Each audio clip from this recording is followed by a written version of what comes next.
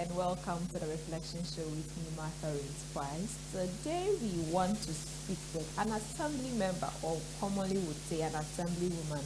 We have been spearheading and looking at how women in leadership positions can be great role models to other young girls who are coming up, and also see some of the initiatives they have brought into their communities. And I believe that every young girl out there needs a mentor, needs a role model, and needs someone they can look up to. Today I'll be speaking to the assembly member for the Mount Shegu electoral area. She'll be giving us more details to her works and everything that she has been doing since she assumed office into this position. Thanks so much for tuning in. I am Martha Rins. I'll be back.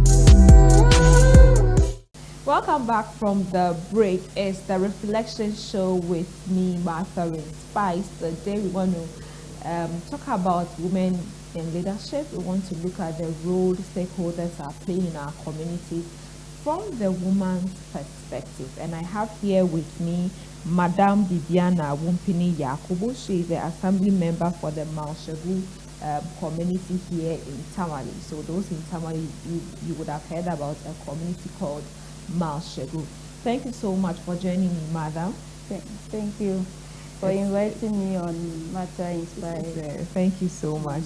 So tell us, when I was told that the assembly member for this committee was a woman, I was really happy because I'm a woman myself, and the Matter Inspired Foundation has been spearheading the women agenda.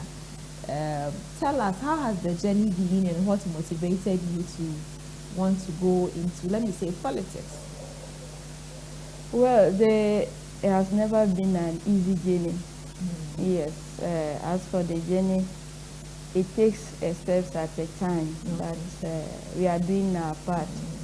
And actually, we all look to people that inspire us in one way or the other.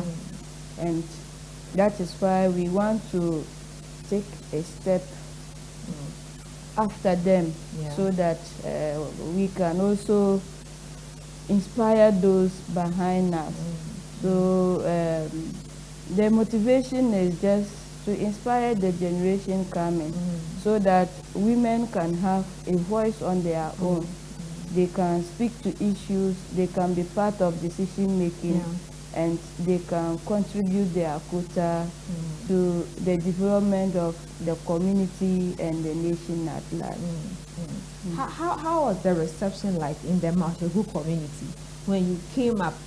Are you the first woman to be there? Yes. So when you came out that you wanted to contest, how was it from your family and the community itself? Well, the news was received well. And it was initially my family who didn't want me to go in that direction because of what we perceive politics to be. They were not in support of that. But afterwards, the people were eager I should contest. And they have seen that if they do that, those people that are outside will not be happy with the decision of the family. Because I was even in school when I received calls that I should come and contest. I have rendered a lot of volunteer services to the community before. And so when it was time for the district assembly elections, they said they were not looking for anyone else except me. Wow. Because of the services they believe I have rendered to them. And I didn't think twice about it, because I'm a Christian, and God has given all of us different capacities to serve Him. Perhaps some will have to serve Him by preaching and doing other things, and perhaps this is also my ministry to serve my people. That's true. That's true. So, let me say, very fortunately, you won.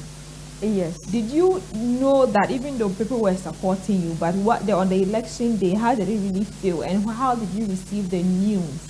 And how long has it been? That was in 2020 elections, right? 2019. 2019 elections. Yes, it was done in 2019, 17 December. Oh, okay. Yes, okay. Yes. Then, so now, how many years are you supposed to be in office before you contest again? It's 4 years. Okay. Just like the national elections we held every 4 years. And they should come between 6 to more than 1 year before we have general elections in the country. So my tenure will end on December 19th. That's 2020. That 2023. That is when we will have another election. Wow. Are you hoping to recontest? Yes, because the people are still in full support. We'll come and support. Yes. So tell us, since you took over office, what were some of the issues on ground? And as a stakeholder, I see that you have your team that you are always working with. How has it been? What have been some of the issues that you and your team have resolved? Malshebu electoral area is made up of 4 communities, namely Kumbuyile, Malshebu, Kukoya Palsi, and Tampe Kuko. Okay. So, as part of the district assembly elections, you should have 5 committee members to support you to run your activities very well. So those committee, we call them unit committee, they were part. Are they also being voted or appointed? They are voted for. Oh, okay. Yes, on the day of the district assembly election, they are also voted for. So the top 5 will be what you will work with. And when I look at my unit committee, it was made up of people that were coming from the other side, my opponents, but only 2 I can say are coming from my camp. But God being so good, we are working together. Yes, because developing the community is our first priority. We should render our services to the people. So when I came in, we were having numerous challenges. We haven't solved even half of it, but we have brought a remediation between most of the challenges we were having. And then most of the communities, they were having issues with water. Though we are so close to Dalong, it was difficult accessing water. So I wrote letters to water company, and they did some extension work, and Tampe Kuko and Kukoya Pasi, they really expanded their work there, and those 2 communities they are on having water running through us. So we are all supply water just as every person within Tamale metropolis, or what I will call it, within the environments of the water supply system. And then another work we team up to do was the Tampe Kukoya Percy electricity extension. And you won't believe, my unit committee members that were not even in Kukoya Percy, they team up to assist those who were coming to do the work there. And they installed new meters after that, and they extended the electricity to other parts of the community. The challenge we are having is that the communities are growing at a rate we can't even imagine. So as it is growing, the needs of the communities it keeps increasing. It keeps increasing. And the other thing was also roads. We don't have access roads within. In fact, I'll even say I haven't even done 1.5% of the needs of the community. The communities. Yes, because you go in the interior part and you realize that people are struggling to access roads. Though we have done some few roads, it's still not enough. Is the Katarga opposite the Bywater Junction area? Is a part of your electoral area? Yes, it's part of my electoral area. So that junction towards the down or yes, towards Tampekuku side. Oh, that's where they call Tampekuku, the Bywater Junction. Yes, when you take it, that's Tampekuku. So Tampekuku and Katarga, they share boundaries, and also with Kumbuyire. Oh, okay. So sometimes our work intersects the needs of the people around there. Either will attend. Yes, I'll either attend to it or the assemblyman from Katarga, because some have registered and they are part of Katarga, and some are also in my area. So it's such that you have to team with your other colleagues to work together. And how has it been like working with men? Because all your unit committee members are men. How has it been like? It's been so lovely.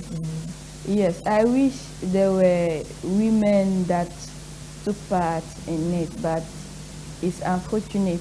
Do you sometimes, maybe few times, have some challenges, like because you're a woman, not just the unit committee members, but maybe your entire work? Do you have people challenging your authority because you're a woman, or probably looking down upon you because you're a woman? I've had few instances. But you know, if the majority supports you, those ones that feel like you are a woman. No, yes, I just wanted to give us one or two instances just to help our young people that might be watching, that you might have a good mass people supporting you. Actually, I would say it's been fantastic working with men, because they always avail themselves to you to work together. You know, excuse me, I love men because they are that kind of being supportive, especially if they know you have a vision.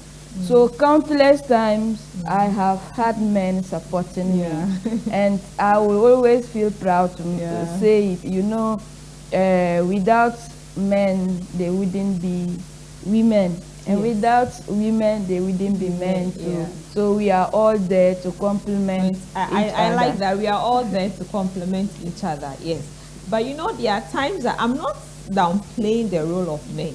Of course, in my line of work, I've had more men even support me than women, and you also have some women who will stick up their neck for you.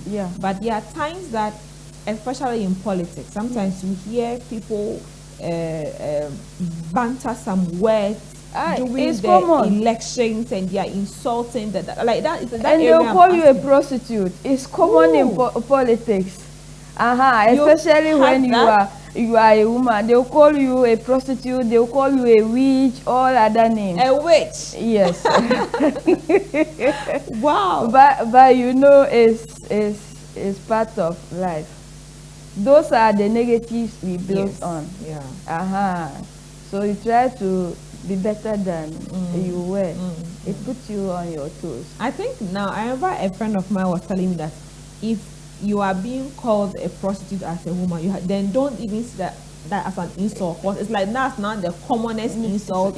Everybody will just open up their mouth to say. But how has the response been from other women?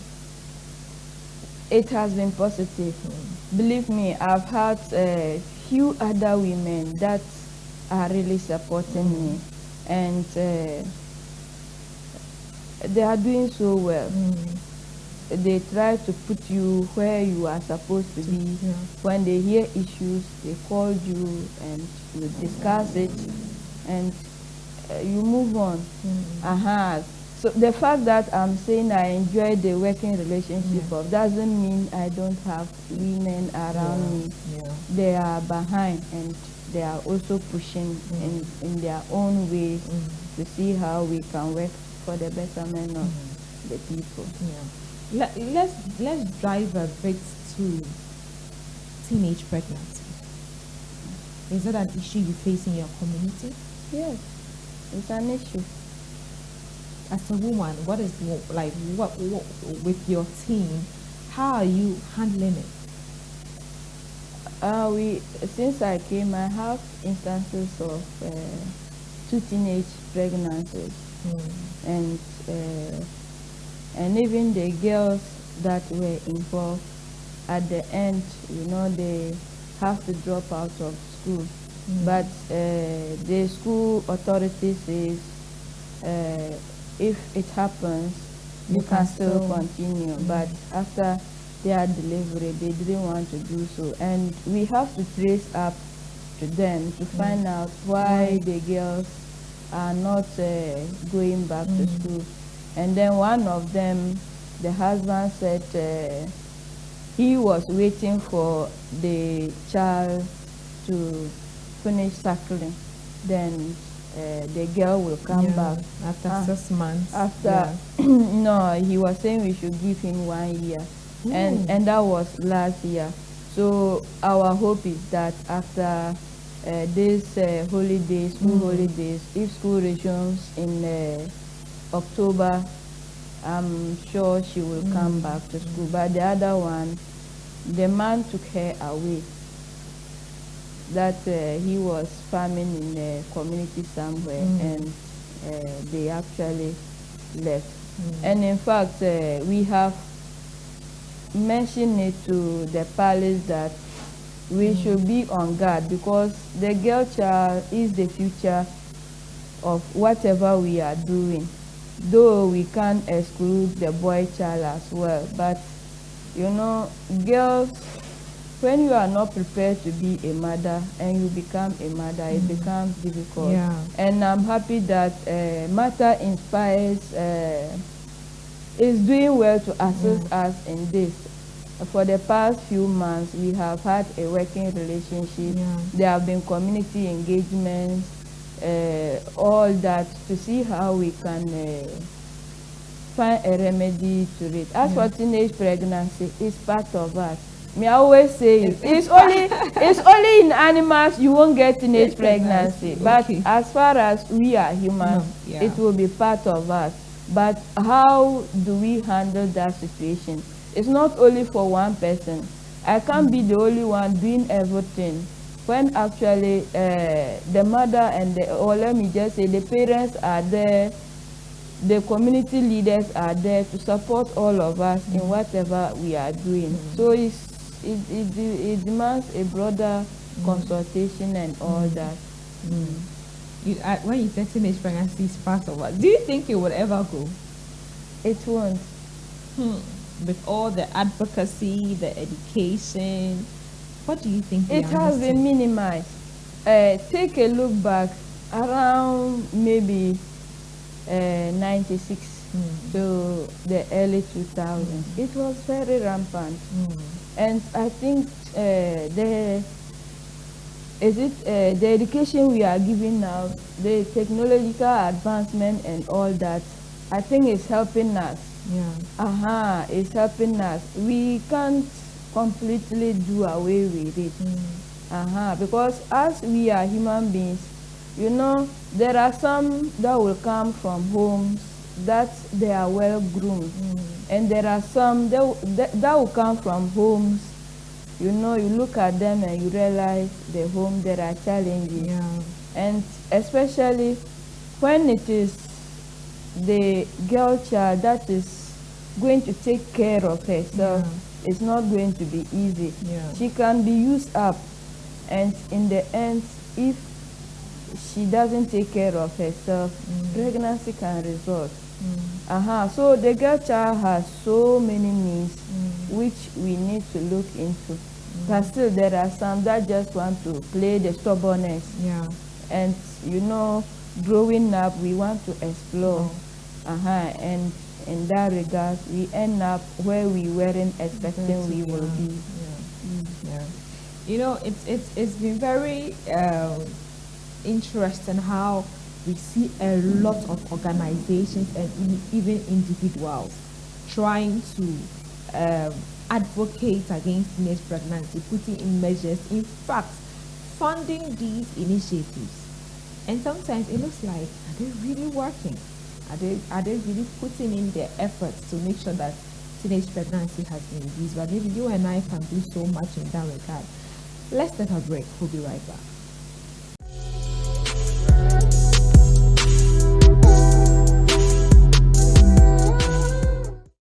Books by Pastor A.L. Fant. They are inspired by the Holy Spirit, simple to comprehend, relevant in application, and so lovely to read. Grab copies like Dynamics of Kingdom Influence, Dynamics of Ministry, Mark is King for Church Workers, Money Matters, and she calls herself a woman. This marriage must work. No more curses. Loaded mouth. Secrets of Kingdom Dominion. The exploits of service. Things fall apart. Church without bleeding pulpit. Singles mingle, and many more.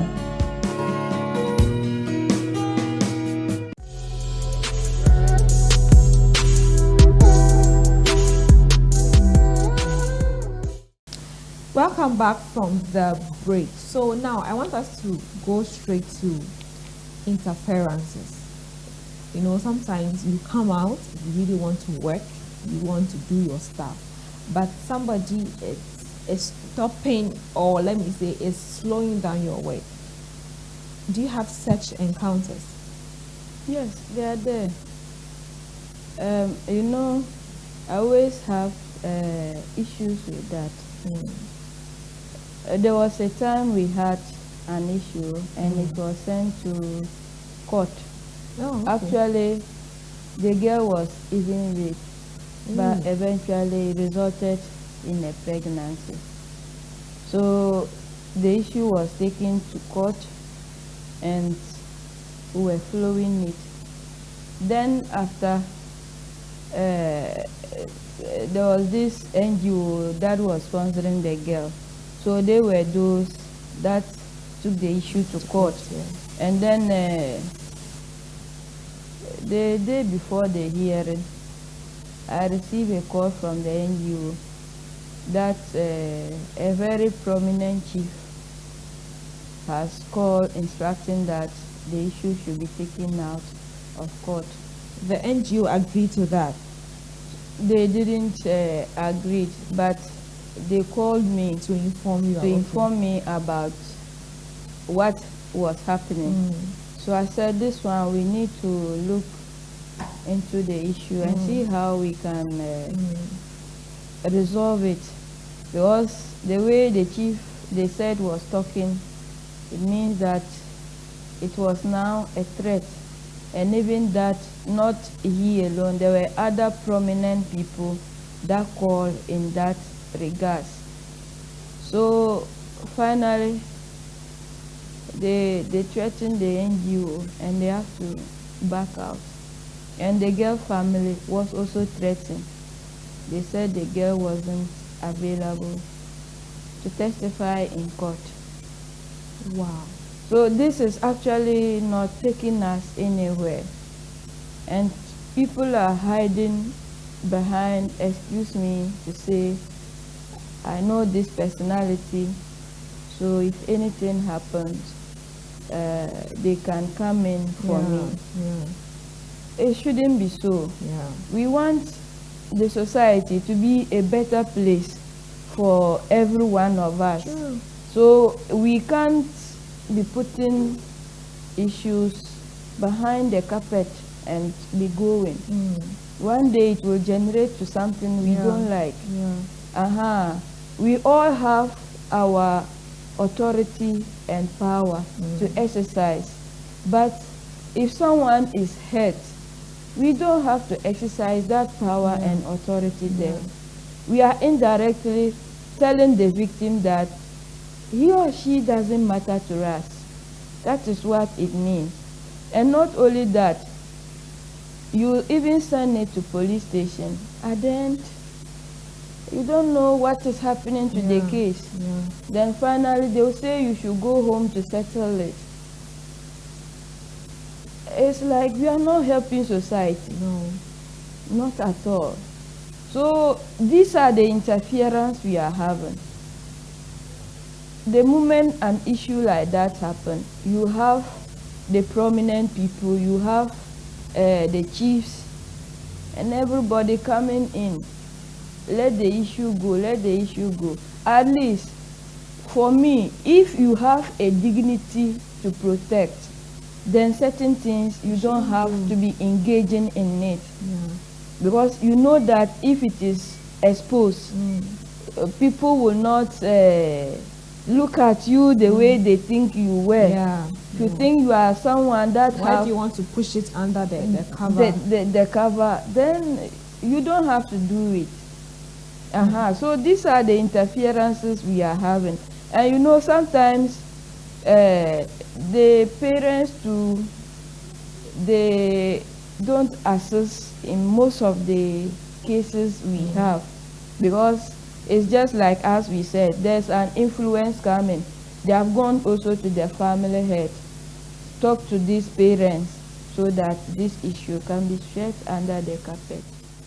Then they let it go. And sometimes they give out money. I remember yes, the influence comes with money, or even the interference comes with money. Because if a girl is raped, probably the parents have never even seen 2,000 cedis before in their life. Exactly. They've never seen 5,000 Not cedis. at all. And somebody goes and gives them 20,000 Ghana cedis, and even tells them that, oh, this is the issue. When you even pursue this in court, you not even win. Yes. I'm even doing you a favor by giving you this money. I believe they would. And you won't believe it. The court is even where most of the evidences are being put behind the carpet. Wow. Yes. I've had a friend telling me that they were dealing in a case like that, and the court told them there wasn't any evidence. When they have gone for medical and other things, they presented the medical results to the judge, the court, and on that day they were told that the evidence is not sufficient. Sometimes people can. It's not sufficient enough. You know, I'm not speaking from the perspective of being perfect. Yes. Not at all. But we should at least, in our execution of duties, to be diligent to situations so that people can trust us with what we are doing. I'm telling you that a lot of people don't believe in the court. Wow. They don't believe in the state institutions that we have to really protect the citizen. Why is it so? And when you even take a look, the chief palaces that are our traditional sort of court is also not helping us that much. So as a society, we still have a lot to do. We have a long way. We have a long journey. We should put, you know, our emotions aside sometimes. We should put our titles aside sometimes and let the right thing happen. It will help society. Not one person, but a lot. Maybe tomorrow, if somebody wants to do similar things, he will be afraid to do it because this is the result. But at the end, we don't we will hear of it and it dies a natural death. I have a friend who will say it dies a natural death, and it's gone like that. And nobody talks about it. Nobody even talks of helping the victim to mentally and emotionally forget. That is it. All we know is that, oh, you'll be fine. This is nothing. You'll be fine. And sometimes I'm like, you can't tell me how to deal with my emotions. Anyways, I want us to look at the issues of substance abuse in your community as the assembly member of the community. Do you have such instances among young people? And this is like a canker these days. Yes, substance abuse is like a canker these days, and it's eating deep into us. Drag day in, day out. We are losing the youth to that, and it should be a wake-up call to every stakeholder, the parents, the chief palaces. We have to be up to our task. These are children or a generation we hope in. They'll take after us. But what are they turning themselves into? The first time I had an issue with that, it was a serious case. So I went to the Mashegu Chief Palace. The chiefs within my jurisdiction, they are helping me a lot. Let me say that. I think I met the chief. Is he the Mashegu main chief? Yes, he is the Mashegu. And I like the fact that he's literate. Yes. You know, I was struggling to express myself in Dagbani, so when he started speaking English, I'm like, so you understand English and you're making me to speak. But his subjects that are sitting over there, they are not literate as he is. So when I brought it to his palace, he said, okay, matters like this, we can't openly discuss it in the palace. So he said I should wait. He'll call few of his elders plus myself. Then in his chamber, we'll discuss what to do. So when we met in the chamber, he asked what should be done. I said, okay, I can inform the assembly. But what I know is the response could be delayed. So if we ourselves can do something, because back then we were having let me call it community watchdogs or so that watch on the community for us. So they decided that they will get a day. You know, these drug, they have places they normally sit or gather. A base, something like that. A ghettos. So we organized, and on that day, it was unannounced. The base we were having in Mashegu, they went round and scattered all of them, and they left. So in Mashegu, it's just recently I heard there's another group forming up, and we have presented to the chief palace. When you scatter, they will form. They will form, that is it. So when that happened, it disappeared, and we were not hearing anything again, and the community became safe, because the other times one of the ghettos, I heard they were even attacking people to take their properties, and they will steal the houses that were around, they will steal their fowls, they will steal their goats, and they were cooking it there. So it became an issue. So they'll go and steal animals and come and cook it. After they take their substance, yes, then they will make themselves comfortable. So that was what happens. It seems so funny. Yes. But they were actually doing it. So and that can extend. Maybe today they are stealing animals. We are laughing over it. What will happen the next? And other things might come in. And stealing of properties and money and other stuff. And people are no longer safe. So when it happened and we scattered them, some of them, we know in the community they stopped, because they realized that the people were against what they were doing. So some of them stopped, but others were still going out of town. So when you talk of substance abuse, it's really a delicate issue, and we have to attend to it, because taking someone out of drugs is not easy. It's not easy. I am not a health personnel, but you know, sometimes our work is such that you have to learn everything. So the withdrawal symptoms, it's high, and you need to manage it very well. I wish we were having rehabilitation centers around. Most of these young guys, they want to come out. Some of them, it was maybe peer influence, and some, they want to also experience and see how it is. But at the end, they have seen that it's taking away their life, and they have also realized their life is being wasted. So what they want is to come out of it. But how do we do it?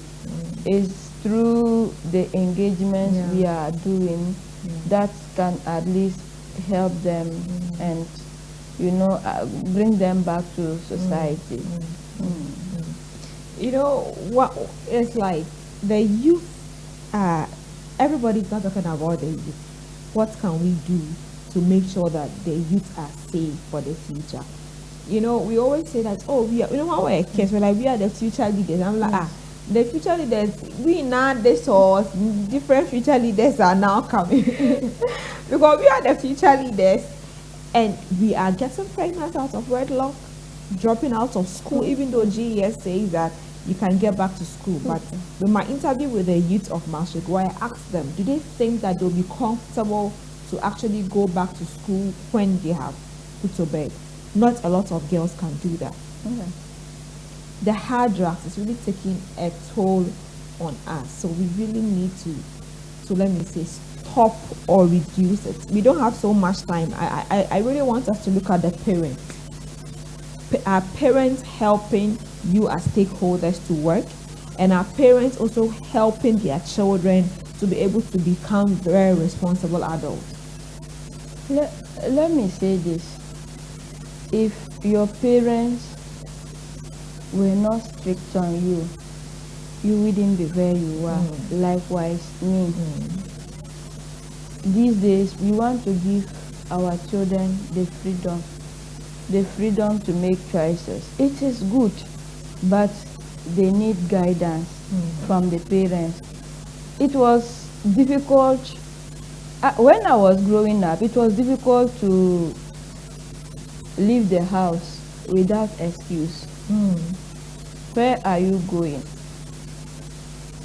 Or what time are you coming back?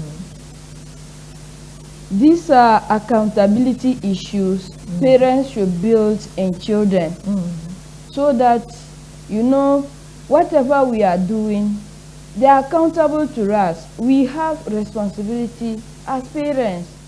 We know their movement, we know where they are, what they are doing, and we can track whatever they are doing and see whether it is in line with what we want them to be or not. Then we can bring them back to us.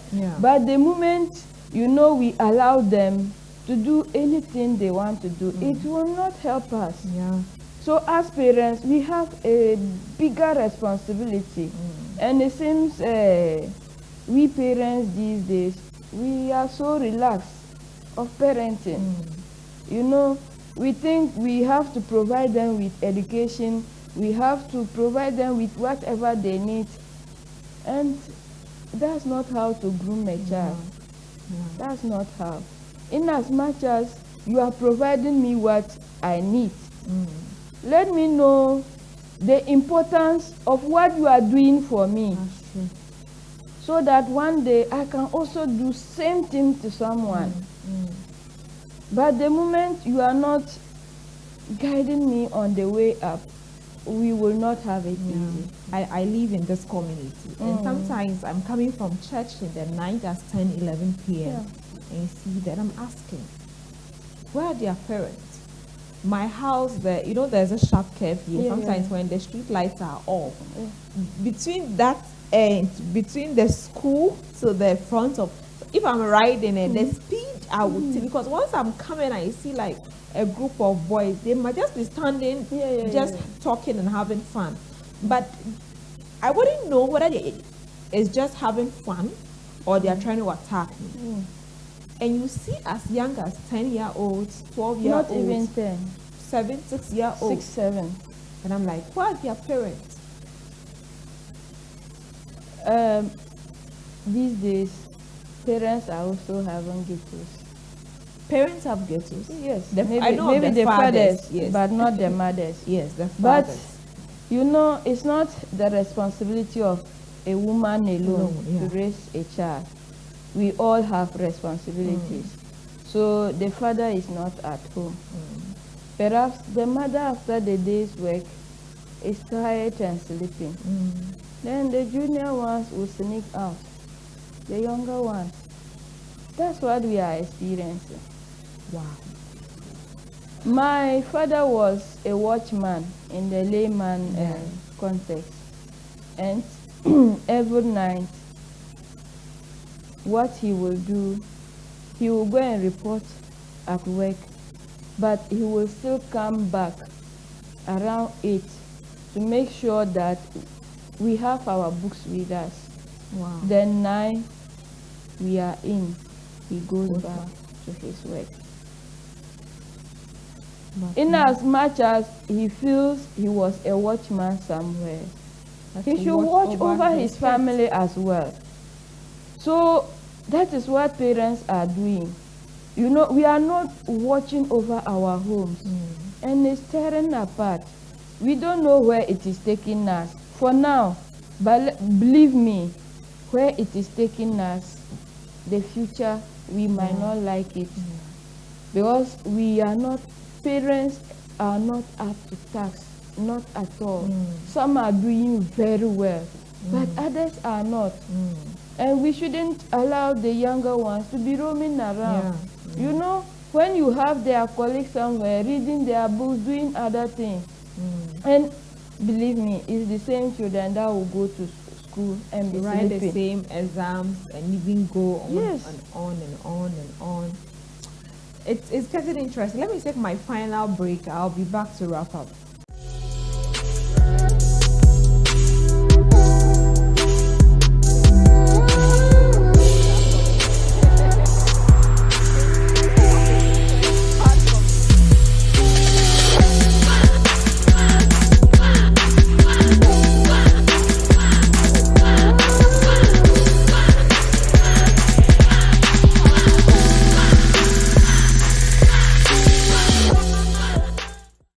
Welcome back from the break. It's the Reflection Show with me, Martha Spice, and we are looking at how all of us can make sure that our young people are strong and assertive, avoid teenage pregnancy and substance abuse, and also hearing from a woman in leadership. We've spoken so much. Give us your final words to women who want to go into politics, to the interferences that you face, the young people themselves, everything that you want to say. My word to women,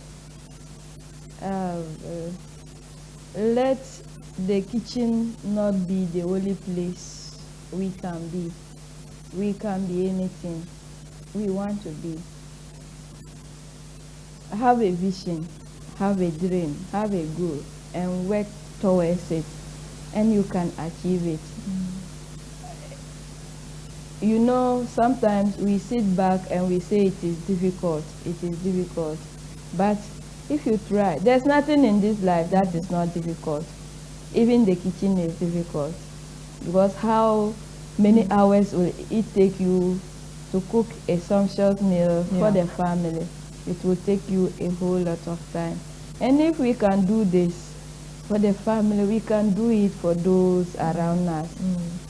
We can lead society very well, and in fact, society will be blessed to have us if we are participating in making the society a better place. And then the interferences we are having. I want to plead to our authorities and leaders. Let us not use our power to deny victims the justice they need. Yeah. Part of healing starts from when you receive justice, when you are being vindicated, that actually someone wronged you and they really supported you. If we continue to interfere in issues, it's going to affect society. And where society will be heading, we wouldn't like it. And to my other youth out there, the world is for us. Yeah. The world is for us. We can explore positively, not negatively. We can be anything we want to be. Drugs or substances cannot help us achieve anything. I was reading about the effects of weed, and it says you are, is it 15 years? When you start taking weed, you are 15 years behind your colleagues. Wow. So it means that the negative impact of it is so much, is very high. Let the drugs not be the things we want to explore, but let us explore our dreams. The career you want to take, the businessman you want to be, whatever you want, challenge yourself to it, and you can be better. You know, you don't have to come from a home that is rich before you can achieve anything. Just have the desire to conquer your world, and you will actually make it. Wow. Thank you so much for joining us. I have been speaking with Madame Bibiana Wumpini Yakubu. She's an assembly member for the Malshegu electoral area, and she's been sharing with us her journey and some of the challenges and achievements that she has had. So if you are from Malshegu and you are watching this episode, please vote for her in the next coming elections, because we need to see more women in politics. We need to make sure that she continues her good deeds, and please support her. Don't join the other people who want to throw thorns on women who are leading or want to interfere. And to our politicians, to our pastors, to our imams, to our chiefs, when people are being arrested or caught, let's reduce the interferences, because if we do so, we are going to make sure that somebody can just commit a crime and say, oh, my father is around, the chief is going to beg on my behalf and all that. No, let's make sure that we are all disciplined, and that can help us all to rise and become amazing and strong young people. I am Martha Winspice. It's been such a pleasure bringing you another episode of the Reflection Show. See you next time. Please have a good night.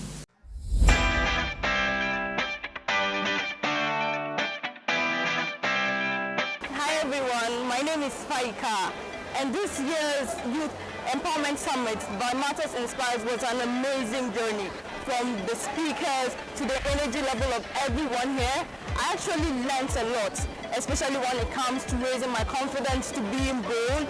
And I also, one key thing I learned was that life is an adventure, or it's nothing at all. I can't wait to see all of you next year, and I can't wait to see what next year brings. This is my first time. Let me just start with, I was not there for the previous one, but this one has been very educative, inspiring. I got to even meet one of my role models, Ibrahim Mustafa, whom I've been looking up to for like the past, let me say, 2-3 years. And I got to meet him. He gave some very inspiring words. But the best thing I ever heard today was from Madam Antoinette Kofi, who said that you should dare to dream. Whatever you dream about, you should do it. Do dare to dream. And the best time to dream is when you are a young person. But don't ever stop dreaming. Whether you are 50 or 60 or even 70 or 80, you can dream. about a better life. So I am daring to dream because I don't know where life will take me, but I am ready for everything that life will throw at me, and I will take it with full vigor. And right now, I'm just happy to be here, and I hope that they can organize this for the youth so that we can all witness some things like this, and then also learn to become better people in the future. My experience at this year's Youth Empowerment Summit was top-notch. I learned so much from all the speakers, Auntie Georgina, Pastor Fans, Mr. Ibrahim. I learned to be bold and to be confident, and honestly, I can't wait for next year's. See ya! Today is Youth Empowerment Day, and I happen to be here. It's very inspiring, and I'm very happy because I've learned to be myself. I've learned to be confident. I've learned to stand before others and to talk without shivering, and I'm very grateful to be here. I learned a lot from my principal, and she said, and I quote, that you should embrace your uniqueness and work towards your weakness to attain what you want to be and the better person you want to be. There's no duplication of you anywhere in the world.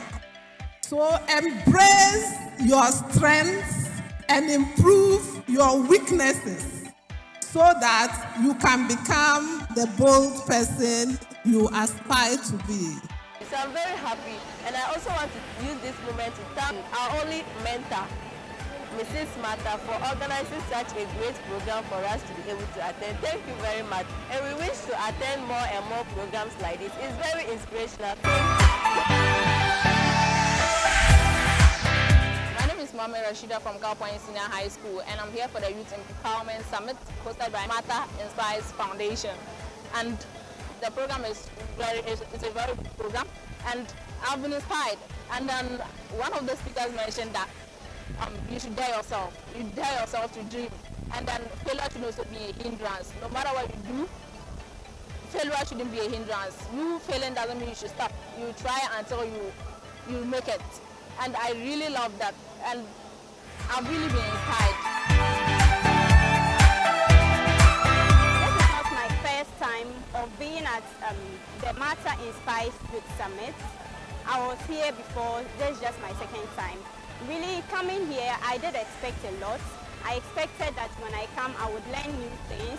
I would get to network and socialize with other people. And what I have really learned from this summit is that for one to get to do something, you need to be confident enough for you to take a bold step. And also, you don't just get your achievements or achieve your goals whilst being in your comfort zone. You need to get out of your comfort zone in order to achieve your goals. We have to believe in ourselves, and we have to dream big. I mean, for me, what I'm taking home today is bigger and bolder. Whatever you have to do, you have to think big, and you have to be bolder. If you are bold, be bolder. If you are not bold, be bold. If you are thinking small, think big. And if you are thinking big, think bigger. And I would like to say a very big thank you to Madam Martha for organizing such a wonderful program for us. And I hope next year she does same, and I'll be very glad to attend. Thank you.